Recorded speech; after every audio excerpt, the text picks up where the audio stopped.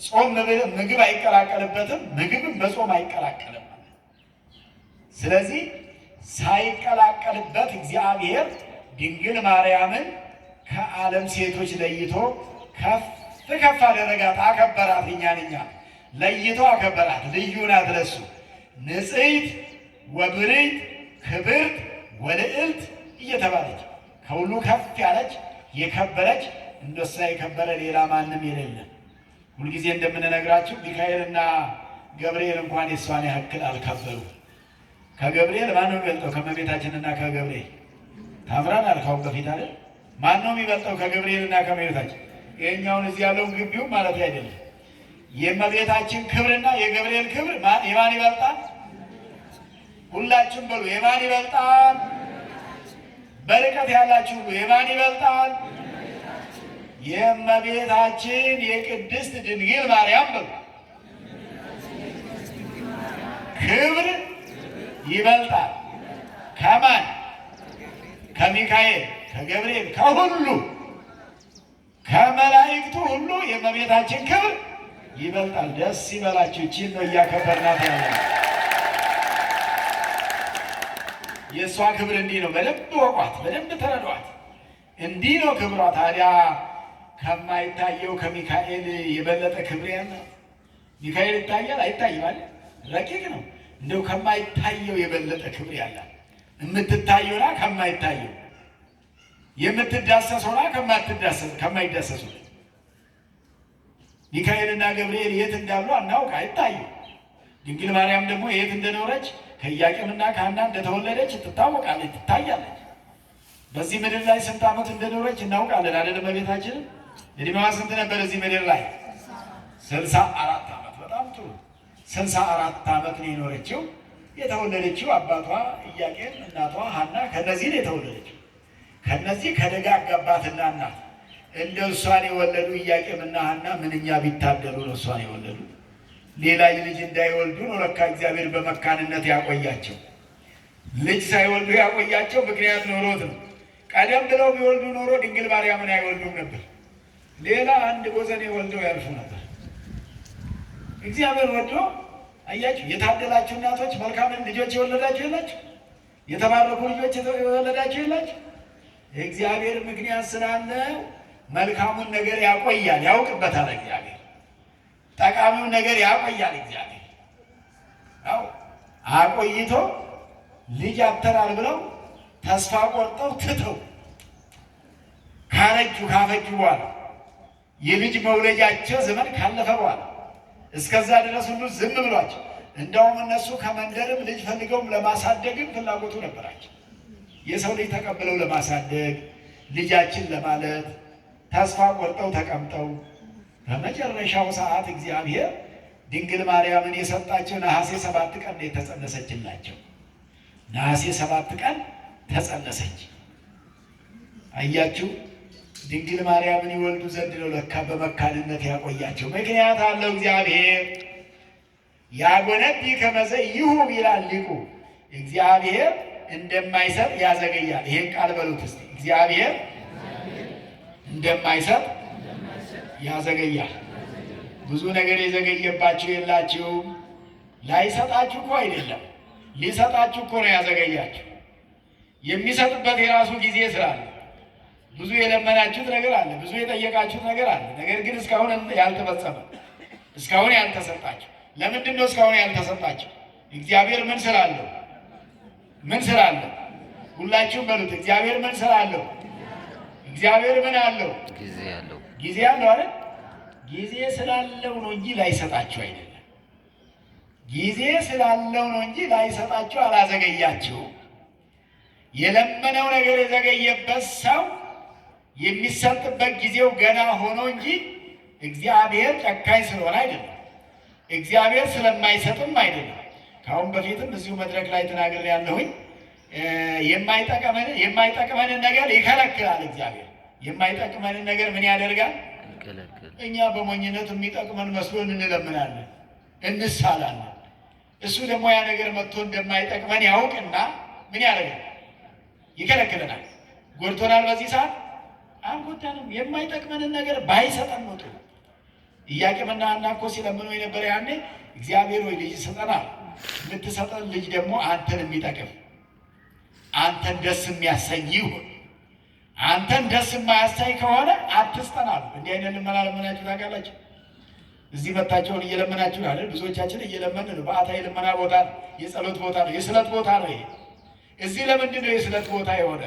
ኢያቄምና ሐና ስለታቸው የሰመረበት ቤተ መቅደስ በዛ ስም የተሰራ ስለሆነ በዓታ የምን ቦታ ነው? የስዕለት ቦታ ነው። የምን ቦታ? ሁላችሁም ያዙ በደምብ። በዓታ የምን ቦታ ነው? በዓታ የስዕለት ቦታ ግጥም ነው። በዓታ የምን ቦታ? የስዕለት ቦታ። አያችሁ፣ በዓታ የስዕለት ቦታ። መጀመሪያም የኢያቄምና የሐና ስዕለት የሰመረበት ቦታ። የእነሱ ስዕለት ማናት? ስዕለታቸው ማናት? እሷን አይደል የተሳሉት? ለማግኘት የተሳሉት እሷን። ስዕለት ያስገቡትስ ማንን? እሷን። አያችሁ ምስጢሩን። የተሳሉትም እሷን ለማግኘት ነበር የተሳሉት። ስዕለት ተስለው ደግሞ ጧፍ አይደለም ያስገቡት፣ ብር አይደለም ያስገቡት፣ በሬ አይደለም ያስገቡት፣ ላም አይደለም ያስገቡት። ያችኑ የተሰጣቸውን ለእግዚአብሔር የተሰጠቻቸውን መልሰው ሰጡ። ረቂቅ ምስጢር አይደለ?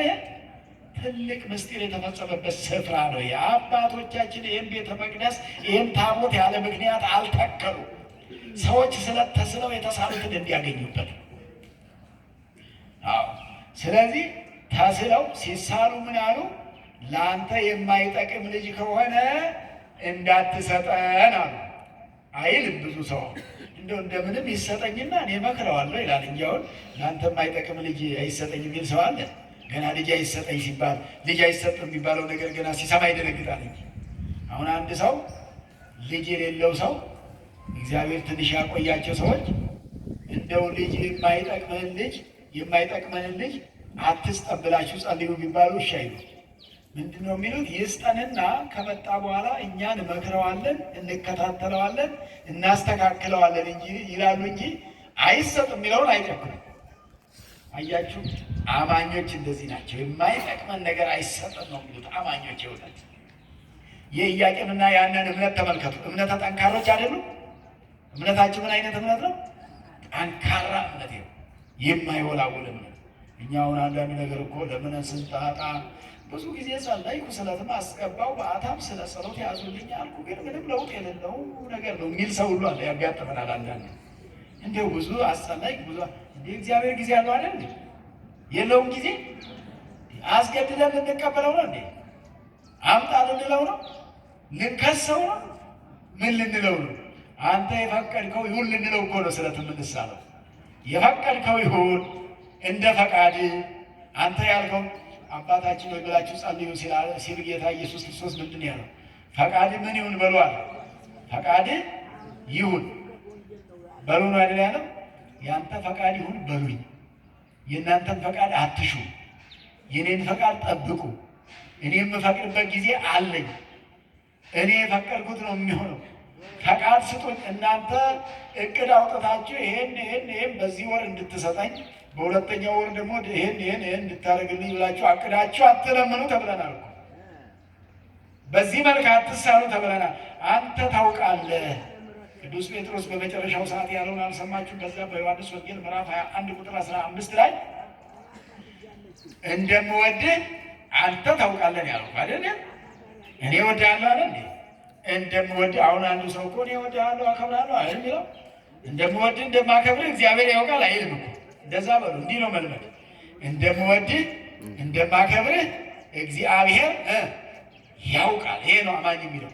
ያለዛ እኔ ራሴ እወድሃለሁ እኔ ራሴ አከብርሃለሁ ከሆነ እኮ ይሄ እግዚአብሔር የለበትም ማለት ነው። እግዚአብሔር ያለበት ነገር ነው መነገር ያለበት። እግዚአብሔር የሚወደው ነገር ነው መነገር ያለበት። አያችሁ። ስለዚህ ኢያቄምና ሐና፣ ኢያቄም አባቷ ነው፣ ሐና እናት ናት። እና ለአንተ የማይጠቅም ልጅ ከሆነ እንዳትሰጠን ይቅርብን። ዛሬ የምትሳሉ ስለት ሁሉ እግዚአብሔር ሆይ የሚጠቅመንን ነገር ስጠን በሉ። እግዚአብሔር ሆይ በሉ፣ የሚጠቅመንን ነገር አንተ ስጠን፣ የማይጠቅመንን ነገር እንዳትሰጠን። ተስማምታችሁበታል? እኛም ካልጠቅመን ምን ያደርግ? የማይጠቅመንን ነገር ደግሞ እግዚአብሔር ያውቋል። የሚጠቅመንና የማይጠቅመንን እኛ ለይተን አናውቀው። መጥቶ ሲጎዳን ነው የምናውቀው። ከመምጣቱ በፊት የሚጠቅመን መስሎ ስለሚታየን እኛ አናውቅም። መጥቶ ሲጎዳን ግን እናውቀዋለን።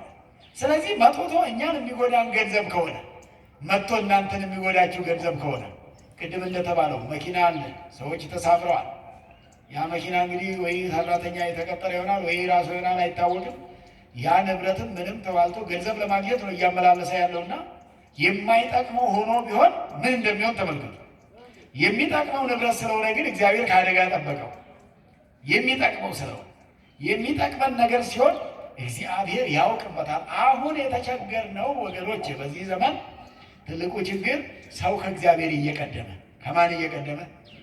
ከእግዚአብሔር እየቀደመ እኔ አውቃለሁ እያለ እኔ የሚጠቅመኝን አውቃለሁ እያለ የሚጠቅመኝን ነገር እኔ አውቃለሁ እሱ ግን ሊሰማኝ አልቻለም እያለ እግዚአብሔርን እየከሰሰ።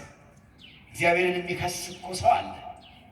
አንዳንድ ሰዎች እግዚአብሔርን የሚወቅሱ አሉ። እኔ ብዙ ቀን ነግሬው ነበረ ግን የለም የሚሉ ሰዎች አሉ። እግዚአብሔርን የሚያሳጡ አይደለም። እግዚአብሔርን ወገናችንን ጎረቤታችንን ስልናሳጣን ይገባል።